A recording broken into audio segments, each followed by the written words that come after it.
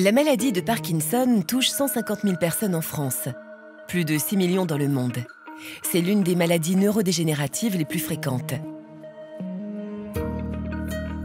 C'est ici, au centre hospitalier de Grenoble, qu'une équipe de médecins a inventé, il y a 20 ans, une thérapie neurochirurgicale appelée stimulation cérébrale profonde pour soulager les symptômes de cette maladie. Aujourd'hui, grâce aux technologies de pointe et à la robotique, les risques liés à cette délicate opération du cerveau ont considérablement diminué. Emmanuel Brucoleri, 59 ans, souffre de la maladie de Parkinson depuis 13 ans. Ses symptômes, une extrême fatigue, une grande raideur musculaire et une lenteur des mouvements.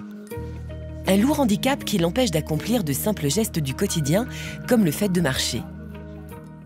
J'étais éducateur, donc j'avais une vie un peu dynamique et mouvementée. J'ai travaillé 8 ans avec la maladie de Parkinson.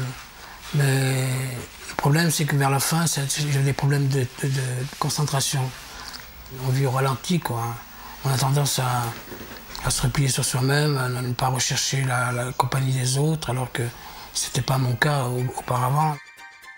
En s'attaquant aux neurones qui synthétisent la dopamine, le neurotransmetteur impliqué dans le mouvement, la maladie de Parkinson détruit progressivement les facultés motrices, puis les facultés cognitives des personnes atteintes. À ce jour, aucun traitement ne peut empêcher sa progression. Comme 300 personnes chaque année en France, Emmanuel s'apprête à subir une opération pour soulager ses symptômes. Une opération décidée au cas par cas par l'équipe médicale selon la progression de la maladie chez chaque patient. Plus tôt on opère ces patients lorsqu'on sait qu'ils ont une maladie de Parkinson invalidante, et mieux c'est. On opère les gens tôt pour qu'ils bénéficient de la stimulation pendant une période suffisamment longue où ils sont victimes simplement de troubles moteurs. Parce qu'ensuite on sait que dans la plupart des cas, après un certain nombre d'années d'évolution, 15, 20 ans, 25 ans, ils développent d'autres signes que les signes moteurs, des signes axiaux, de la parole, de la marche, mais également des troubles cognitifs. Depuis le début de la maladie, Emmanuel prend de la lévodopa, un médicament qui mime l'action de la dopamine. Ses symptômes ont considérablement diminué pendant plusieurs années.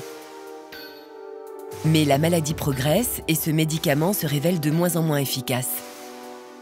Pour les patients atteints de troubles moteurs comme Emmanuel et pour qui les médicaments ne sont plus suffisants, la stimulation cérébrale profonde est un nouvel espoir. Asseyez-vous. Je voulais vous rencontrer parce qu'on va vous opérer de votre maladie Parkinson. Oui.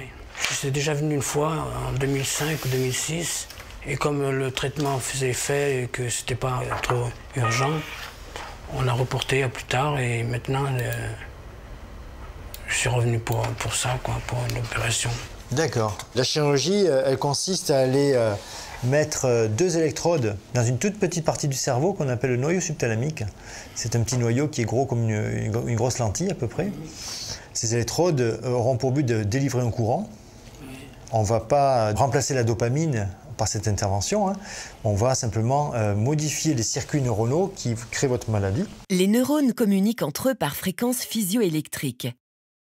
En raison du déficit en dopamine, le noyau subthalamique des malades de Parkinson envoie un signal hyperactif et brouillé, qui a pour conséquence les symptômes de la maladie. Grâce à la chirurgie, on place 2 électrodes dans ce noyau défaillant pour y produire un courant continu. Ce courant va brouiller les signaux pathologiques, le cerveau ne les perçoit plus et les mouvements du malade sont à nouveau fluides. Ce système est alimenté par une pile implantée sous la clavicule. La stimulation permet de traiter les symptômes, même si la cause n'est pas traitée. Mais enfin, un patient, en général, souhaite d'abord qu'on améliore ses symptômes et qu'ensuite, si on peut traiter la cause, c'est encore mieux. Mais pour le moment, on en est à ce stade-là.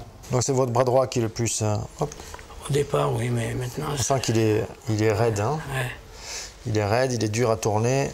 Ce que j'attends de cette opération, c'est que j'ai moins de difficultés à la marche, que je puisse faire des projets, quoi. Quelques jours plus tard, Emmanuel est au bloc opératoire pour l'intervention. Le patient doit rester éveillé pendant toute l'intervention, car sa participation est indispensable. Les échanges avec le patient aident le chirurgien à localiser l'endroit dans le noyau subthalamique, où il pourra recevoir la plus vaste gamme de fréquences électriques sans ressentir d'effets secondaires. Pour les besoins de cette opération, seul le crâne du patient est anesthésié. Le cerveau ne possédant pas de récepteur à la douleur, le patient ne souffre aucunement au cours de cette intervention. C'est bien votre côté droit qui vous fait le plus souffrir, qui est le plus raide. Hein, donc on va commencer par le côté gauche. Voilà, écoutez, on est prêt à commencer. On va commencer à vous couvrir par un champ. La principale difficulté pour le neurochirurgien, c'est d'être sûr d'arriver dans sa cible, le noyau subthalamique, pour implanter les électrodes à l'endroit où elles auront le plus d'efficacité. Pour cette opération, le protocole du CHU de Grenoble intègre les dernières innovations technologiques. C'est le robot qui, à partir des données du chirurgien, calcule la trajectoire de manière extrêmement précise.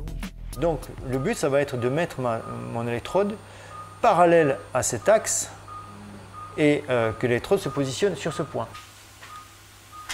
C'est cette microélectrode qui va nous permettre d'aller enregistrer. Ça va nous donner un premier élément de reconnaissance de la région si on est bien au niveau du noyau subthalamique, parce qu'on va reconnaître les neurones. Avec l'assistance du robot, le professeur Chabardès va pouvoir totalement implanter les longues électrodes dans le cerveau du patient en progressant dizaines de microns par dizaines de microns. Tout est donc calculé au millième de millimètre près pour éviter l'hémorragie, le principal risque dans cette région hypervascularisée. Monsieur Bricoleri? Oui. Voilà, le premier tube est mis dans votre cerveau, vous n'avez rien senti.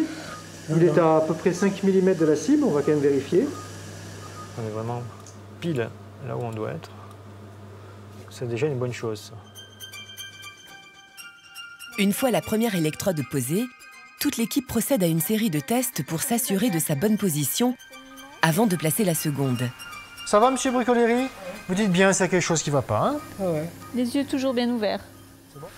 Donc là, je vais envoyer un courant sur la microélectrode avec une fréquence à 130 Hz et on va augmenter progressivement par des pas de 0,5 mA pour voir à quel moment on a un effet bénéfique et à quel moment on a un effet secondaire. Je stimule. Voilà. Super. Vous sentez là que c'est beaucoup plus souple, hein? Ouais. Ouais. Pas de sensation désagréable? Pas de fourmillement? Et là, vous êtes sans médicaments. D'accord, impeccable. On a un très bon effet à 2 mA et on peut monter jusqu'à 6 mA ces effets secondaires. Ça veut dire qu'on est vraiment dans le noyau subthalamique et qu'on est à distance des régions qui peuvent poser problème. Les électrodes sont en place. Au total, l'intervention aura duré près de 8 heures. 10 jours plus tard, Emmanuel s'est bien remis de son opération.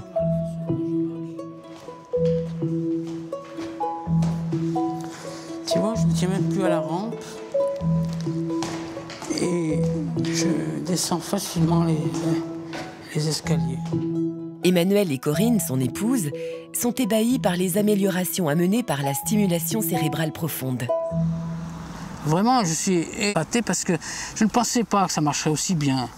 C'est vraiment fantastique comme les choses ont été... Hein? D'un seul coup. D'un seul coup, vraiment, du jour au lendemain. Quand je vois marcher, voir ces projets qu'il y a de nouveau de faire des voyages. Et maintenant, c'est de nouveau le Manu que j'ai connu et qui était... Hein? Voilà, que la maladie avait malheureusement changé. D'ici 2 jours, Emmanuel pourra sortir et retrouver ainsi une vie normale pendant 5 ans, 10 ans, voire plus.